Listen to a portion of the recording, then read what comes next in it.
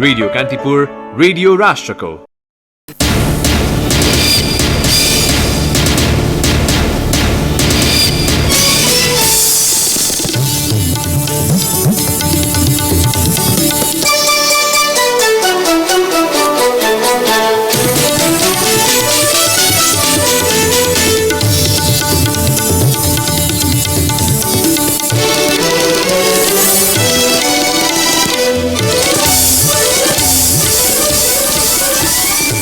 विश्वव्यापी बनेको कोरोना महामारी विरुद्ध लड्न दक्षिण एसियाली सहयोग संगठन सार्कको साझा रणनीति बनाउन भारतको प्रस्ताव स्वागत योग्य रहेको प्रधानमन्त्री ओलीको प्रतिक्रिया। कोरोना भाइरस संक्रमणका कारण रेमिट्यान्समा समेत गम्भीर असर पर्ने सरकारवालाको भनाई। सगरमाथा आरोहणमा पनि रोक। वायु सेवा निगमद्वारा अन्तर्राष्ट्रिय गन्तव्यका 5 वटा उडान कटौती। दोस्रो पटक मृगौला प्रत्यारोपण गराएका प्रधानमन्त्री ओली 12 दिन लामो अस्पताल बसाएपछि डिस्चार्ज। थप केही दिन चिकित्सकको निगरानीमा रहने। कोरोना संक्रमणबाट भारतमा एकजनाको मृत्यु। आफ्नो मुलुकमा संक्रमण नियन्त्रण नजिक पुगेपछि चीनद्वारा इटलीलाई औषधि आपूर्ति। र नेपाल पुलिस क्लब राजश्री जनक कप फुटबलको फाइनलमा कोरोना संक्रमणका कारण Indian premier league cricket IPL 2 साता पछि सर्यो। नमस्कार, कान्तिपुर डायरीबाट साथी बासु अनि तेजेन्द्रको समाचार अब विस्तारमा। विश्वव्यापी बनेको कोरोना महामारी विरुद्ध लड्न दक्षिण एसियाली सहयोग संगठन सार्कको साझा रणनीति बनाउन भारतले प्रस्ताव गरेको छ। भारत र पाकिस्तान बीचको द्वन्द्वका कारण लामो समयदेखि बैठक समेत बस्न नसकेर विगत 4 वर्षदेखि निष्क्रिय प्राय बनेको सार्क दक्षिण एसियाली मुलुकमा समेत कोरोनाको संक्रमण देखिएपछि सदस्य राष्ट्रहरूले फेरि सम्झना गरेका हुन्। पाकिस्तानले सीमापार आतंकवादलाई प्रश्रय दिएको आरोप लगाउँदै भारतले त्यो नरोकिएसम्म सार्क अघि बढ्न नसक्ने बताउँदै आएको छ। भारतका प्रधानमन्त्री नरेन्द्र मोदीले महामारीको रूप लिएको कोरोना विरुद्ध लड्न सार्कको साझा रणनीतिको प्रस्ताव गर्नुभएको हो। माइक्रो ब्लगिङ साइट ट्विटरमा प्रधानमन्त्री मोदीले भन्नुभएको छ, सार्क मुलुकहरूलाई कोरोना विरुद्ध लड्न एउटा बलियो साझा रणनीति बनाउन प्रस्ताव गर्छु। भारतकी तत्कालीन विदेश मन्त्री सुषमा स्वराजको समेत उपस्थितिमा 2072 साल फागुन 30 गते पोखरामा बसेको सार्क मन्त्री परिषद बैठकले 19औं सार्क सम्मेलन 2073 सालको कार्तिकमा पाकिस्तानको इस्लामाबादमा गर्ने निर्णय गरेको थियो। तर सोही वर्ष भदौमा भारत नियन्त्रित जम्मू काश्मीरको उरीमा पाकिस्तानी उग्रवादीको हमलामा 17 जना भारतीय सैनिक मारिएपछि सम्मेलन अनिश्चित बनेको हो। सार्क संगठनसँगै भविष्य अन्यलमा रहेका बेला सक्रिय बनाउन प्रस्ताव गर्दै प्रधानमन्त्री मोदीले सार्क मुलुकका नागरिकहरूलाई स्वस्थ राख्नका लागि आपसमा भिडियो कन्फरेन्स मार्फत छलफल गर्न सकिने उल्लेख गर्नुभएको छ। उहाँले पुरै विश्व कोरोना भाइरस विरुद्ध लडिरहेको र यसमाथि नियन्त्रण पाउन विभिन्न तहमा सरकार तथा जनताले सक्दो प्रयास गरिरहेको समेत उल्लेख गर्नुभएको छ।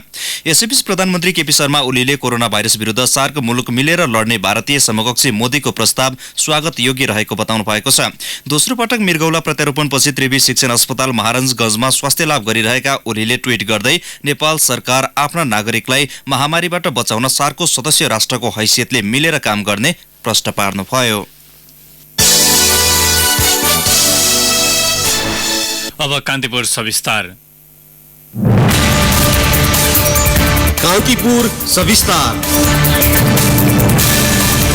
कोरोना संक्रमणको तत्कालीन प्रभाव नेपालमा नदेखिए पनि यसको दीर्घकालसम्म प्रभाव रहन सक्ने विश्लेषकहरूले बताएका छन्। पर्यटन, रेमिट्यान्स र वैदेशिक सहायताको ठूलै हिस्सा ओगट्ने मुलुकको अर्थतन्त्र कोरोना संक्रमणले ती क्षेत्रमा पार्ने असरमा निर्भर हुनेमा कुनै शंका छैन। हाल पर्यटन क्षेत्रमा त्यसको असर प्रत्यक्ष देखिन थालिसकेको छ। अबको पालो वैदेशिक रोजगार र वैदेशिक सहायता हुने के हो त?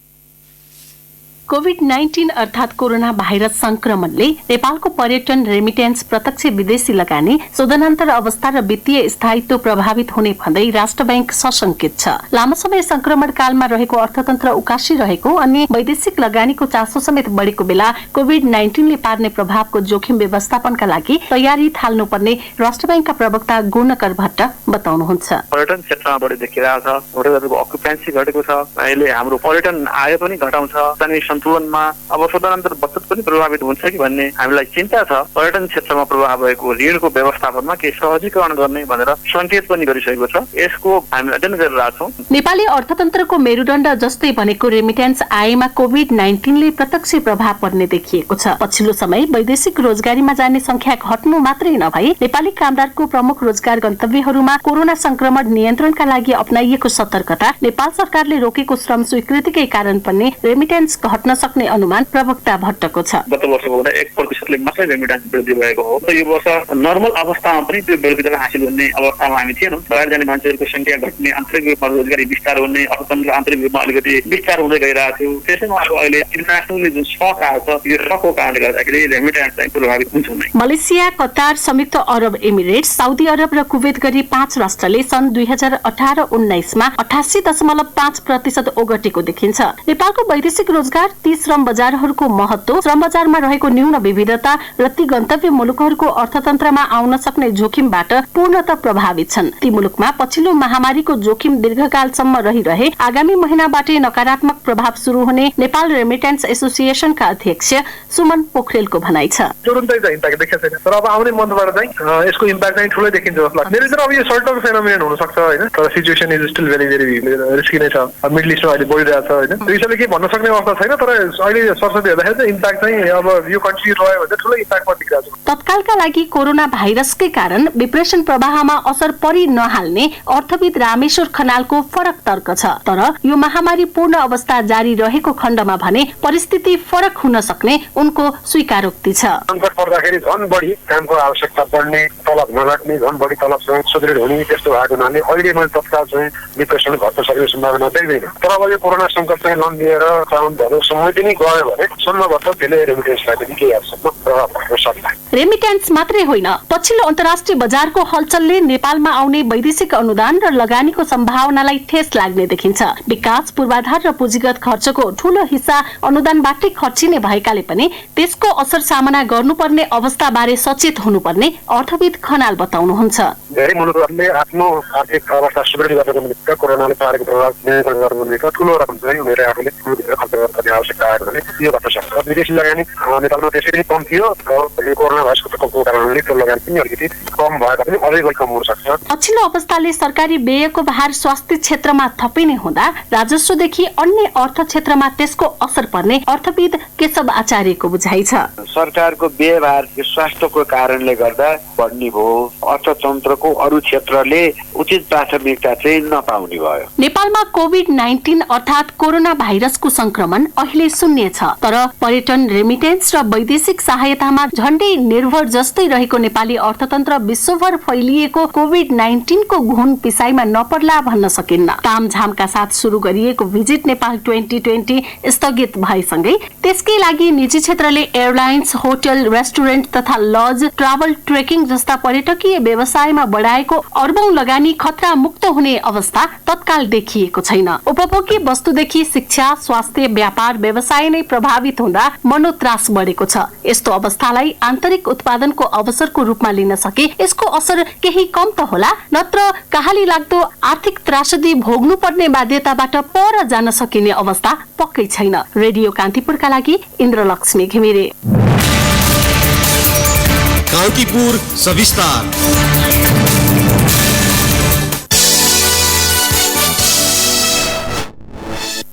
कोरोना संक्रमणको जोखिम बढ्दै गएपछि सरकारले सगरमाथा आरोहणमा रोक लगाएको छ। उपप्रधान एवं रक्षा मन्त्री ईश्वर पोखरेल नेतृत्वको उच्चस्तरीय समितिको निर्णय बमोजिम सगरमाथा आरोहण गर्न वसन्त ऋतुका लागि जारी गरिएको वा जारी गरिने अनुमति पत्र हाललाई स्थगन गर्ने निर्णय गरिएको पर्यटन विभागले जनाएको छ। आगामी अप्रिल 30 सम्मका लागि सर्वोच्च शिखर आरोहण स्थगित गरिएको पर्यटन विभाग पर्वतारोहण शाखाकी निर्देशक मीरा आचार्यले जानकारी दिनुभयो। यसअघि चीनतर्फबाट पनि सगरमाथा आरोहण स्थगित भइसकेको छ। यस्तै उच्चस्तरीय समितिको निर्णय बमोजिम अध्यागमन विभागले भोलि मध्यरातीबाट लागू हुने गरी सबै मुलुकका नागरिक र गैर आवासीय नेपालीलाई प्रवेश बिन्दुमा प्रदान गर्दै आएको अन अराइभल भिजामा रोक लगाउने भएको छ। कोरोना भाइरसका कारण यात्रुको संख्या कम भएपछि नेपाल वायु सेवा निगमले अन्तर्राष्ट्रिय गन्तव्यका 5वटा उडान कटौती गरेको छ। भारतको दिल्ली, बेंगलोर र मुम्बई, थाइल्याण्डको ब्याङ्कक तथा हङकङमा हुँदै आएका नियमित उडानमा केही संख्या कटौती गरिएको निगमले जनाएको छ। निगमका नायब महाप्रबन्धक गणेश बहादुर चन्दले दोहा उडान भने मंगलबारदेखि नै स्थगन गरिएको जानकारी दिनुभयो। निगमका अनुसार काठमाडौँबाट दैनिक 2 उडान हुने दिल्लीमा पर्सि आइतबारदेखि साँझको उडान कटौती हुनेछ। बिहानको उडान नियमित राखी साँझको उडान अर्को व्यवस्था नभएसम्मका लागि स्थगित गरिएको निगमद्वारा आज जारी विज्ञप्तिमा उल्लेख छ। त्यस्तै सातामा 3वटा उडान हुँदै आएको बेंगलोरमा चैत्र 6 र 18 गतेको नियमित उडान रद्द गरिएको छ। मुम्बईका लागि हुने प्रत्येक शुक्रबारको उडान आइतबारदेखि वैशाख 3 गतेसम्मका लागि स्थगन भएको छ। बैंककका लागि हुने चैत्र 12 गतेको उडान रद्द गरिएको छ। यात्रुकै दबावमा यसअघि निगमले गत बुधबार पनि बैंकक उडान रद्द गरेको थियो। काठमाडौँबाट हङकङका लागि हुने चैत्र 6 र 13 गतेको उडान पनि रद्द भएका छन्। निगमले हाल हङकङमा सातामा 2वटा उडान भर्दै आएको छ। निगमकी प्रवक्ता अर्चना खड्काका अनुसार निगमले सातामा 3वटा उडान हुने नारिता, 7वटा उडान हुने मलेसियाको कोलालम्पुर र 7वटा उडान हुने दुबईमा भने उडान कटौती गरेको छैन। आइतबारपछि अहिले भइरहेका उडानमा समेत हेरफेर तथा कटौती हुन सक्ने निगमले जनाएको छ। कान्तिपुर डायरीमा अब ब्रेकको पालो। अब बाँकी प्रसङ्ग। दोस्रो पटक मृगौलाको सफल प्रत्यारोपणपछि प्रधानमन्त्री केपी शर्मा ओली आज घर फर्कनु भएको छ। काठमाडौँको महाराजगञ्ज स्थित त्रिवी शिक्षण अस्पतालमा फागुन 21 गते मृगौला प्रत्यारोपण गराएका प्रधानमन्त्री ओली 12 दिनको अस्पताल बसाएपछि आज डिस्चार्ज हुनुभएको हो। प्रधानमन्त्री ओली गत फागुन 19 गते अस्पताल भर्ना हुनुभएको थियो। शिक्षण अस्पतालका कार्यकारी निर्देशक प्राध्यापक डाक्टर प्रेम कृष्ण खड्गाले प्रधानमन्त्री ओलीको स्वास्थ्य अवस्था राम्रो भएकाले आज डिस्चार्ज गरिएको बताउनुभयो। मृगौला प्रत्यारोपणका बिरामीलाई सामान्यतया 5 दिन अस्पताल राख्ने गरिए पनि अन्य कुनै संक्रमण नहोस् भनेर थप 5 दिन अस्पताल राखेको उपचारमा संलग्न चिकित्सकको भनाइ छ। यसअघि नै डिस्चार्ज मागे पनि बालुवाटार स्थित निवासमा उपचारको राम्रो प्रबन्ध मिलाउन भन्दै आफन्तहरूको आग्रहमा चिकित्सकहरूले अस्पताल बसाइको दिन लम्ब्याएका थिए। प्रधानमन्त्रीलाई कुनै संक्रमण नहोस् भनेर बालुवाटारमा कन्ट्रोल रुमको बन्दोबस्त गरिएको छ। प्रधानमन्त्रीकी निजी चिकित्सक प्राध्यापक डाक्टर दिव्या सिंह शाहले आज गरिएका सम्पूर्ण परीक्षण सकारात्मक आएपछि उहाँलाई घर पठाउने निर्णय गरिएको बताउनुभयो। चिकित्सकहरूले प्रधानमन्त्री ओली पूर्ववत रूपमा सक्रिय जीवनमा फर्कन कम्तीमा 6 महिना लाग्ने बताए पनि दैनिक कामका लागि भने समस्या नहुने बताएका छन्। यद्यपि उहाँमा थप केही दिन विशेष निगरानी आवश्यक रहेको डाक्टर शाहको भनाइ छ। प्रधानमन्त्री ओलीलाई मृगौला दान गर्ने समीक्षा संग्रौलाको भने अस्ति बुधबार नै डिस्चार्ज भएको थियो। काठमाडौँको टेको स्थित शुक्रराज ट्रपिकल तथा सरुवा रोग अस्पतालको आइसोलेसन वार्डमा रहेका 4 जनामा कोरोना संक्रमण नदेखिएको चिकित्सकले जनाएका छन्। प्रयोगशाला परीक्षणमा कोरोना भाइरस नदेखिएपछि 3 जनालाई आज डिस्चार्ज गरिएको छ। अस्पतालका डाक्टर अनुप बास्तोलाका अनुसार ती 4 जना मध्ये 56 वर्षीय एक महिलालाई निमोनियाको समस्या देखिएकाले अर्को वार्डमा सारेर उपचार जारी राखिएको छ। अमेरिकाबाट नेपाल आउने क्रममा कतार ट्रान्जिटमा 5 घण्टा बिताएकी उनमा छाती सम्बन्धी समस्या देखिएपछि टेकुको आइसोलेसन वार्डमा भर्ना गरिएको थियो। 2 पटकको परीक्षणमा समेत उनमा कोरोना नेगेटिभ आएको बास्तोलाले बताउनुभयो। प्रतिनिधि सभाको सार्वजनिक लेखा समितिको उपसमितिले डेडिकेटेड फिडर र ट्रङ्क लाइन प्रयोग गरे बापतको बक्यौता तत्काल उठाउन विद्युत प्राधिकरणलाई निर्देशन दिन सुझाव दिएको छ। कांग्रेस नेता मिनेन्द्र रिजालको संयोजकत्वमा गत साउनमा गठित उपसमितिले डेडिकेटेड फिडर र ट्रङ्क लाइनको बक्यौता प्रकरणमा संलग्न अधिकारीमाथि छानबिन गर्न पनि अख्तियार दुरुपयोग अनुसन्धान आयोगलाई लेखी पठाउन सुझाव दिएको छ। समितिको आज बसेको बैठकमा उपसमितिले प्रतिवेदन पेश गरेको हो। प्रतिवेदन समिति सदस्यहरूलाई अध्ययनका लागि वितरण भएको र अर्को बैठकमा सदस्यहरूले दिने सुझाव बमोजिम निर्णय लिने सभापति भरत कुमार शाहले बताउनुभयो। प्राधिकरणले लोड सेडिङको समयमा बढी शुल्क लिएर उद्योग, अस्पताल र व्यावसायिक प्रतिष्ठानहरूलाई सुविधा दिएको थियो। 2072 सालमा प्राधिकरणले बढी शुल्क लिएर यो व्यवस्था गरेको थियो। सो बापत प्राधिकरणले करिब 10 अर्ब रुपैयाँ उठाउन बाँकी रहेको उपसमितिको प्रतिवेदनमा उल्लेख छ। उपसमितिले यी 2वटा लाइन लिएकाहरूबाट बक्यौता उठाउन नचाहने पदाधिकारीलाई पनि छानबिन गरी कारबाहीको सिफारिस गर्न समितिलाई सुझाव दिएको छ। डेडिकेटेड फिडर प्रयोग गर्ने ग्राहकलाई प्राधिकरणले सामान्य ग्राहकलाई भन्दा बढी शुल्क लिने गरेको छ। उदयपुरबाट पक्राउ परेका प्रतिबन्धित नेत्रविक्रम चन्द समूहका 14 जना मध्ये 13 जना विरुद्ध अपहरण तथा शरीर बन्धक, हात हतियार तथा संगठित अपराध सम्बन्धी कसुरमा धनुषा प्रहरीले अनुसन्धान अघि बढाएको छ। उनीहरूमाथि थप अनुसन्धान गर्न प्रहरीले जिल्ला अदालत धनुषाबाट 5 दिनको समय पाएको छ। पक्राउ परेका मध्ये 12 वर्षीय ईश्वर पुन मगरलाई भने हाजिरी जमानेमा छाडिएको धनुषा प्रहरीले जनाएको छ। गत बुधबार धनुषाको गणेशनाथ चारधाम नगरपालिका 5 गौरी खोलाबाट 14 वर्षीय करिना तामाङ मोक्ताङलाई चन्द समूहले अपहरण गरेको सूचना प्रहरीले पाएको थियो। सोही सूचनाका आधारमा खटिएको 110 जनाको नेपाल तथा सशस्त्र प्रहरीको संयुक्त टोलीले उनीहरूलाई हिजो उदयपुरको कटारी नगरपालिका 1 खसीबासबाट पक्राउ गरी बालिकाको उद्धार गरेको थियो। धरानस्थित बीपी कोइराला स्वास्थ्य विज्ञान प्रतिष्ठानले कोभिड-19 को संक्रमण फैलिन नदिन बायोमेट्रिक हाजिरी प्रणालीमा रोक लगाएको छ। प्रतिष्ठानभित्र चिकित्सक, नर्स, प्रशासनिक कर्मचारी सहित 1600 बढीले बायोमेट्रिक प्रणाली अनुसार बिहान र बेलुका हाजिरी गर्दै आएका थिए। यसैबीच प्रतिष्ठानले शंकास्पद बिरामीको पहिचान गर्न हेल्प डेस्क सञ्चालनमा ल्याएको छ। प्रतिष्ठानले जनरल ओपीडी भवन अगाडि हेल्प डेस्क सञ्चालनमा ल्याएको सहप्रवक्ता डाक्टर ऐडले बताउनुभयो। अब केही समाचार संक्षेपमा। सेवाग्राहीबाट 17 लाख रुपियाँ घुस लिएको अभियोगमा रूपन्देही स्थित जिल्ला नापी कार्यालय भैरवाका नापी अधिकृत सरश्रेष्ठ सहित 6 जना कर्मचारी पक्राउ परेका छन्। अख्तियार दुरुपयोग अनुसन्धान आयोगको बुटवल कार्यालयबाट खटिएको टोलीले श्रेष्ठ सहित नापी सर्वेक्षक तीर्थराम भण्डारी, थानेश्वर चौधरी, नायब सुब्बा धर्मराज पन्थी, लेखापढी व्यवसायी जीवन शर्मा र मतियार राजकुमार अरियाललाई नियन्त्रणमा लिएको हो। नमुना विकासका लागि छनौट भई अनुदान प्राप्त गरिरहेका मध्ये 30 वटा विद्यालयले चैत 7 गतेभित्र विवरण नपठाए सरकारले सुविधा कटौती गर्ने भएको छ।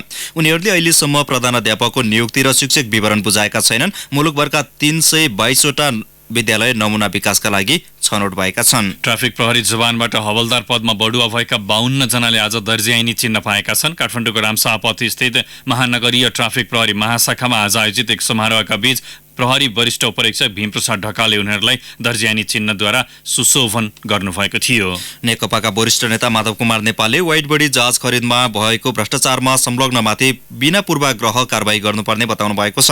प्रतिनिधि सभाको अन्तर्राष्ट्रिय सम्बन्ध समितिको आजको बैठकमा नेता नेपालले भ्रष्टाचारका दोषीलाई पूर्वाग्रही नराखी कारबाही गर्न माग गर्नु भएको हो। रूपन्देहीको तिलोत्तमा नगरपालिका शून्य पोलिथिन नगर घोषणा गरिएको छ। शून्य पोलिथिन युक्त तथा पूर्ण सरसफाई उन्मुख तिलोत्तमा नगर घोषणा कार्यक्रममा कृषि तथा पशुपन्छी विकास मन्त्री घनश्याम भुसालले अभियानले चुनौती पनि थपेको बताउनुभयो। जग्गा देखाउन भन्दै चितवनको खैरहनीमा लगेर अज्ञात समूहले गुल्मी सत्यवतीका नारायण गर्ती मगरको साथबाट 9 लाख रुपियाँ लुटेको छ। प्रहरी निरीक्षक ऋषि गर्ती मगरले जग्गा देखाउन भन्दै भित्री स्थानमा लगेर सो समूहले लुटेको बताउनुभयो। नेपाली कांग्रेसले पूर्व केन्द्रीय सदस्य तथा पूर्व मन्त्री पूर्ण कुमार शेर्माको निधनमा 3 दिन पार्टीको झण्डा आधा झुकाउने निर्णय गरेको छ। केन्द्रीय कार्य समितिको आज बसेको बैठकले आज, भोलि र पर्सि केन्द्रीय कार्यालय र सबै जिल्ला कार्यालयहरूमा पार्टीको झण्डा आधा झुकाउने निर्णय गरेको हो। सुन एकै दिन प्रति तोला 3,000 रुपियाँले घटेर आज 78,500 रुपियाँमा कारोबार भएको छ। यसअघि गत मंगलबार सुनको मूल्य हालसम्मकै उच्च 82,700 रुपियाँ पुगेको थियो। चाँदीको मूल्य पनि आज 40 रुपियाँले घटेर 820 रुपियाँमा किनबेच भयो। र तेह्रथुमका 8 गाउँपालिका 4 इवा 3 सल्ले स्थित घरमा मृत फेला परेको 28 वर्षीय बिन्दा पुरीको हत्यामा संलग्न भएको आशंकामा प्रहरीले स्थानीय 5 जना युवकलाई नियन्त्रणमा लिएको छ। उनीहरूको परिचय गोप्य राखिएको छ।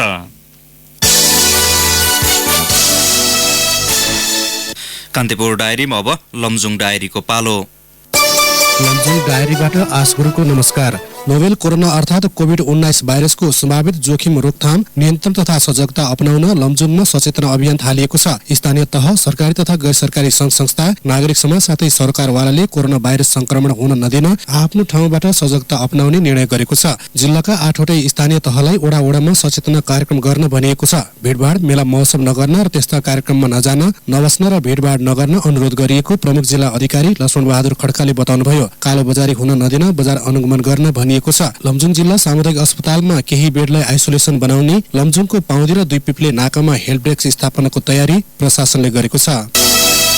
खोलासोतर गाउँपालिकाको 7औं गाउँसभा तथा हिउँदे अधिवेशनले विनियोजन ऐन 2076 र आर्थिक ऐन 2076 संशोधन गरी 3 विधेयक, 1 नियमावली र 4 वटा कार्यविधि स्वीकृत गरेको छ। गाउँपालिका अध्यक्ष प्रेमबहादुर घलेका अनुसार पूर्वाधार विकास विधेयक, वातावरण तथा प्राकृतिक स्रोतको सुरक्षा सम्बन्धमा व्यवस्थापन गर्न बनेको विधेयक, विपद जोखिम न्यूनीकरण तथा व्यवस्थापन विधेयक पारित गरेको छ। यस्तै गाउँपालिकाको सार्वजनिक खरिद नियमावली, कर व्यवसाय सम्बन्धी कार्यविधि, कृषि तथा पशुपन्छी आधुनिकीकरण परियोजना कार्यान्वयन कार्यविधि, विपद व्यवस्थापनको सञ्चालन कार्यविधि र गुनासो सम्बोधन तथा व्यवस्थापन कार्यविधि 2076 स्वीकृत गरेको छ। सुन्दरबजारमा सञ्चालित 10 दिने सुन्दरबजार सांस्कृतिक महोत्सवमा 1.5 करोड रुपियाँ बराबरको कारोबार भएको आयोजकले जनाएको छ। महोत्सव मूल आयोजक समितिका सचिव खेम गुरुङका अनुसार 65,000 दर्शकले महोत्सवको अवलोकन गरेका छन्। साङदो पलरिक बौद्ध गुम्बा गुरुङ समाजले आयोजना गरेको महोत्सव फागुन 28 गते सकिएको हो। महोत्सव स्थलबाट हुने कुल मुनाफाको 2% ज्येष्ठ नागरिक आश्रम, बाल विकास केन्द्र र मानव सेवा आश्रमका लागि प्रदान गरिने भएको छ। कृषिलाई प्रविधि मैत्री बनाउन राइनस नगरपालिकाले कृषकलाई हाते ट्र्याक्टर वितरण गरेको छ। कृषि शाखाले 50% अनुदानमा 40 जना किसानलाई हाते ट्र्याक्टर वितरण गरेको हो। कृषि शाखा प्रमुख रघुनाथ अधिकारीका अनुसार हाते ट्र्याक्टर अनुदानका लागि 132 जनाबाट माग भएकोमा सीमित बजेटका कारण प्राथमिकताको आधारमा यस वर्ष 40 जना किसानलाई वितरण गरिएको छ। हस्ता लमजुङ डायरी आजलाई यति नै। आश गरौँ बिदा हुन्छु। नमस्कार। लमजुङ डायरीपछि कान्तिपुर डायरीमा पुनः ब्रेकको पालो। अब आर्थिक प्रसङ्ग। कोरोना भाइरस संक्रमणको मौका पारेर एलपी ग्यासको कृत्रिम अभाव सृजना गर्ने व्यापारीलाई सरकारले कारबाही गर्ने वाणिज्य आपूर्ति तथा उपभोक्ता संरक्षण विभागका महानिर्देशक नेत्रप्रसाद सुवेदीले बताउनु भएको छ। विभागमा आज पत्रकार सम्मेलन गरी महानिर्देशक सुवेदीले ग्यासमा कालोबाजारी गर्ने व्यापारीलाई कडा कारबाही गर्ने चेतावनी दिनुभयो। नेपाल ग्यासमा समस्या छ, धेरै ग्राहक उहाँहरूले बनाउनु भयो, आउटलेट धेरै गराउनु भएछ, 600 त उपत्यकामा रहेछ क्या आउटलेट, तर चाहिँ पुर्याउन सक्नु भएन। अरू ग्यासमा त्यति समस्या यहाँले कस्तो पाउनु भएको छ, हामीले अरू ग्यासको गुनासो सुन्नु परेको छैन। अरूमा पनि अलिअलि बढी थुपार्ने कुराहरू रहला, तर हामी स्ट्रिक्टली केमा चाहिँ हेरेका छौँ भने भित्र छ तर बाहिर दिँदैन, देखाउँदैन, नाम लेख्दैन, पसल खोल्दैन भने हामी सिरियसली हेर्छौँ। बजारमा ग्यासको अभाव सृजना हुन थालेको गुनासो आउने गरेको भन्दै महानिर्देशक सुवेदीले उपभोक्ताको गुनासो लगत्तै ग्यास डिपो तथा पसलहरूमा बजार अनुगमनको काम भइरहेको जानकारी दिनुभयो। सरकारले बजार अनुगमनलाई तीव्रता दिएको दावी गरे पनि उपभोक्ताले भने सहज रूपमा उपभोग्य वस्तु पाउन सकेका छैनन्। नेपाल ग्यास लिमिटेडले धेरै ग्राहक बनाएकाले माग अनुसार वितरण गर्न नसक्दा केही समस्या भएको उहाँको दावी छ।